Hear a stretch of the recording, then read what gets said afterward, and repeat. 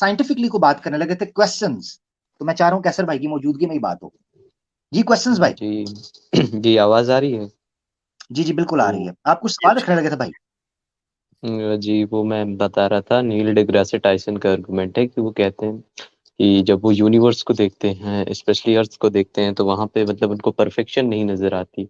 जो अर्थ को एक सुनामी, जो नेचुरल डिजास्टर्स, जो मेटेरॉइड्स एंड एक्सेट्रा जो चीजें हैं, वो अर्थ को इस तरीके से अफेक्ट करती हैं कि उसका एक नेचुरल कॉज लगता है। तो इससे वो आर्गुमेंट खड़े करते हैं कि God either it he is not all good, all compassionate, और मतलब ऐसे टाइप का आर्गुमेंट। तो आप इसका इस पे क्या जवाब?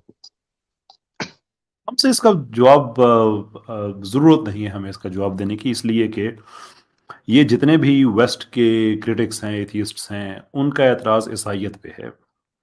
ये आर्गुमेंट्स ईसाइयत के हैं कि खुदा के कुंबे में शामिल हो जाओ, इतनी मोहब्बत है, सारा कुछ ठीक हो जाएगा, ईसा अलैहिस्सलाम के खून से तुम्हारे गुनाह सारे साफ कर दिए गए हैं। यू नो एक परफेक्ट स्टेट का तस्वर वो देते हैं, एक परफेक्ट वर्ल्ड का तस्वर वो देते हैं जिसमें आपके लिए कोई मुश्किल नहीं है। हमारा तो ये आर्गुमेंट ही नहीं है। हम तो कहते हैं कि कुरान कहता है औज़ु बिल्लाहि मिनश शैतानिर रजीम व लक़द खलक़नल इंसाना फ़ी कबद।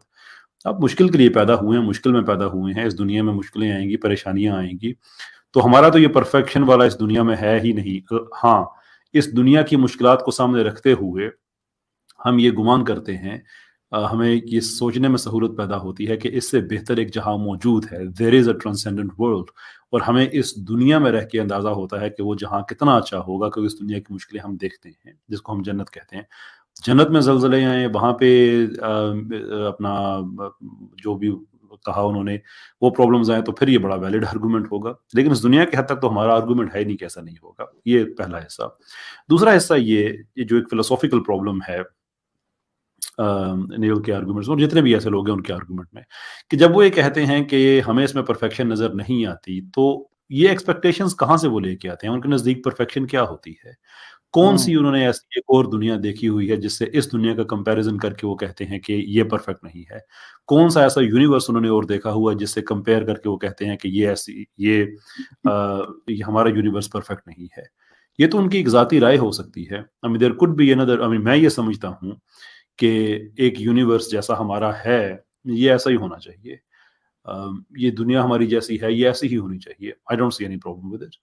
सवाल ये है, ऑब्जेक्टिव क्वेश्चन, कि क्या इस दुनिया में आने वाले सारे प्रॉब्लम्स के बावजूद, इस कायनात में होने वाले सारे प्रॉब्लम्स के बावजूद, does it give us the idea कि एक ऐसी डिवाइन इंटरवेंशन मौजूद है जो इतनी मुश्किलात के बावजूद सिस्टम को सिर्फ फिर भी फंक्शनल रखे हुए है? Answer is absolutely yes. यानी कि हमारी रिपल्सिव फोर्स अगर अट्रैक्टिव फोर्स से बैलेंस में जितनी अब है, अगर थोड़ी सी आगे पीछे हो जाए, तो ये कायनात इतनी तेजी के साथ ये इसको आग लगे, ये फैलना शुरू करे कि सब कुछ तबाह हो जाए। एट द सेम टाइम जो इसकी अट्रैक्टिव फोर्स है वो हर चीज को इंटरनली कोलैप्स कर देगा, थोड़ी सी ज्यादा स्ट्रांग हो जाए। यानी परफेक्शन ये है कि इसके अंदर प्रॉब्लम्स आने के बावजूद, ये बात मैंने किसी और स्ट्रीम में भी कही थी, कि प्रॉब्लम्स आने के जो हमें जाहिर लग रहे हैं प्रॉब्लम्स, उसके बावजूद अगर सिस्टम इसेंशियली अपनी जगह पे कायम है, खड़ा है, तो इट टेल्स अस कि ये ह्यूमन कैपेबिलिटी नहीं है, नेचुरल तो हो ही नहीं सकती। क्योंकि जिस तरह से इस दुनिया में ये आपने जो कहा कि शहाब साकिब हैं और चीज़ें, सैलाब हैं, सारा कुछ है। I mean the world should have finished. जितना इसने बर्दाश्त किया है, जितनी इस पे मुश्किलें आई हैं, ये तो कब का ख़त्म हो जाना चाहिए था। लेकिन इसके बावजूद भी अगर नहीं ख़त्म हो रहा, इकोसिस्टम भी इसका है, इंसान के रहने के लिए जो कुछ चाहिए उसको माहौल के अंदर वो सारा कुछ है, दैट टेल्स अस कि एक्चुअली एक डिवाइन पावर है जिसने सारे सिस्टम को मेंटेन रखा हुआ है। आमिर भाई, अगर आपको मेरे सामने से धुआं उठता हुआ नजर आ रहा है तो सॉरी। मैं समझ गया। मैं समझ गया। ठीक है जी। अच्छा कैसर ये भाई, आप अपनी क्वेश्चन। बात मुकम्मल करें। जी मैं क्वेश्चन भाई जी एक जी। बात ऐड करना। कैसर भाई ने तो उसकी बेस में बात की, मैं एक और जिसे कहते हैं ना कि बाज औकात हम लोग मिसाल के जरिए समझते हैं। कुरान में मिसाल दी जाती है कि देखो अगर ये चीज है हमारे सामने, तो उस चीज की भी कोई ना कोई एक्सप्लेनेशन होगी। इसीलिए एनालॉजी और कयास एक मंतकी आर्गुमेंट के तौर पर पेश किया जाता रहा है और रहेगा। कयास, इसकी मिसाल यूं समझें कि जो 19 सेंचुरी के मिड और लेट तक, यानी 1800 से लेकर, जब से ये थ्योरी ऑफ एवोल्यूशन क्वाइन की गई डार्विन के जिम्मे डालकर 1850 से लेकर आगे, तब से लेकर 20वीं सदी के मिड तक जो वेस्टिगल ऑर्गन्स थे उसको एवोल्यूशन के एविडेंस के तौर पर पेश किया जाता था। ये जो वेस्टिगल ऑर्गन्स है, वेस्टिगल ऑर्गन का मतलब है वो ऑर्गन्स जिनको आमतौर पर समझा जाता है ये ह्यूमन बॉडी में कोई काम नहीं करते। पेंडिस है, टॉन्सिल्स वगैरह को समझा जाता है, या पीछे टेल बोन थी, या आईलिड के अंदर, या इस तरह की चीजें जिनको समझा जाता है कि ये एवोल्यूशन की बाकियात में से हैं, इनका कोई काम नहीं। या जंक डीएनए भी एक मिसाल है, जंक डीएनए जिसको समझा जाता है आपकी विजडम बॉडी में। टीथ। हाँ ठीक है, हाँ और भी चीजें आप ले सकते हैं। मगर मजे की बात यह है कि 20वीं सदी के बाद से अब तक मुसलसल वेस्टिगल ऑर्गन्स या वो ऑर्गन्स जिनको एवोल्यूशन की बाकियात कहा जाता था उनके फायदे खुल खुलकर सामने आ रहे हैं। ये टेल बोन जिसको किसी काम नहीं समझा जाता था, ये पेल्विस बोन को कैसे बैलेंस करती है, प्रेगनेंसी में कैसे सपोर्ट करती है, स्पर्म में क्या कंट्रीब्यूट करती है, वो सारी चीजें अब एक्सप्लेन हो रही हैं। जंक डीएनए की बेस के ऊपर पूरी की पूरी एक फील्ड एपिजेनेटिक्स जो है उसको क्रिएट कर लिया गया और सेंटर समझा गया कि इंफॉर्मेशन का सेंटर कहां से डिलीवर किया जाता है।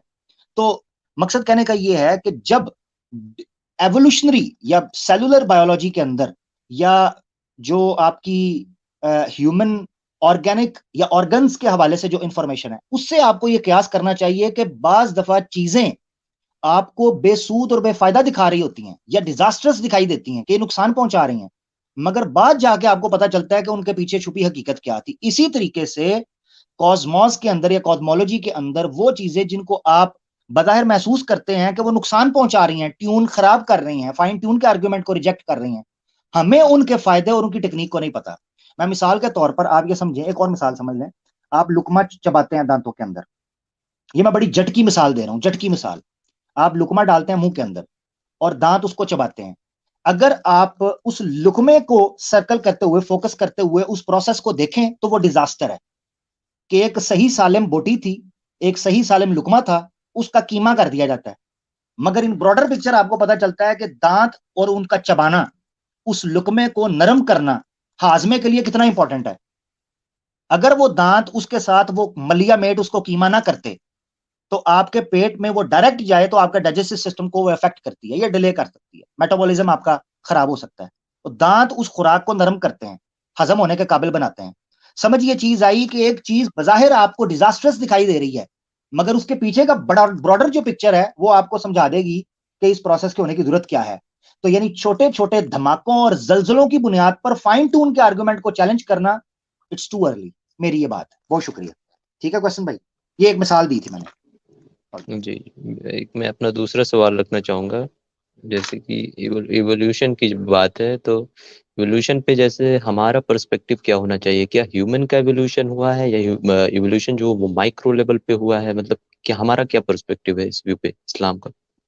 कैसर भाई, ये आपका आखिरी सवाल होगा क्वेश्चन भाई। जी कैसर भाई। ये इस्लाम का पर्सपेक्टिव बड़ा सिंपल है कि चीज़ों के अंदर इवोल्यूशन होती है, इससे इस्लाम को कोई प्रॉब्लम नहीं है। अल्लाह ताला ने अपने मुख्तलिफ जो सिफाती नाम हैं उनमें से ऐसे नाम रखे हैं, ऐसे बताए हैं हमें कि वो तदबीर के साथ चीज़ों को बनाता अलबारी। है, चीज़ों इवॉल्व करता है। जी बिल्कुल। लेकिन जो स्पीसिएशन है उसकी एक लिमिटेशन होती है, यानी कि अल्लाह ताला ने इंसान बनाए, इंसानों के अंदर हमें इवोल्यूशन नजर आती है जो कि इंसानों के अंदर ही रहती है। जैसे कि कद का बढ़ जाना, कद का छोटा होना, आंखों का रंग चेंज होना, रंग का, चेहरे का रंग, स्किन कम्प्लेक्शंस, कोई प्रॉब्लम नहीं है, ये ऑब्जर्वेबल चीज़ है, इस्लाम भी यही कहता है।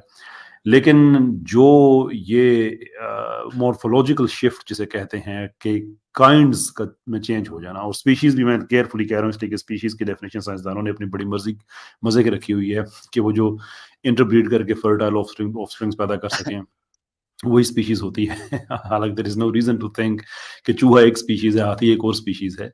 I mean there is no reason to deny that, right. तो इस तरह की जो मॉर्फोलॉजिकल शिफ्ट है कि एक काइंड का दूसरी काइंड में हो जाना, उसका ना कोई साइंसी सबूत है, ना इस्लाम उसको इंडोर्स करता है, वो एक जिद है। There is nothing in science that supports that, ना जेनेटिक्स में, ना ही अपना मॉर्फोलॉजी में, ना ही जेनेटिक्स में कोई ऐसी साइंटिफिक फील्ड नहीं है जो उसका सबूत देती हो। जबरदस्त। ठीक है क्वेश्चंस भाई, आपके 2 सवाल आ गए, बड़े इंपॉर्टेंट थे। आगे बढ़ते हैं। जी। ठीक है, जी, जज़ाकल्लाह खैर भाई। थैंक यू मेरा प्यारा भाई।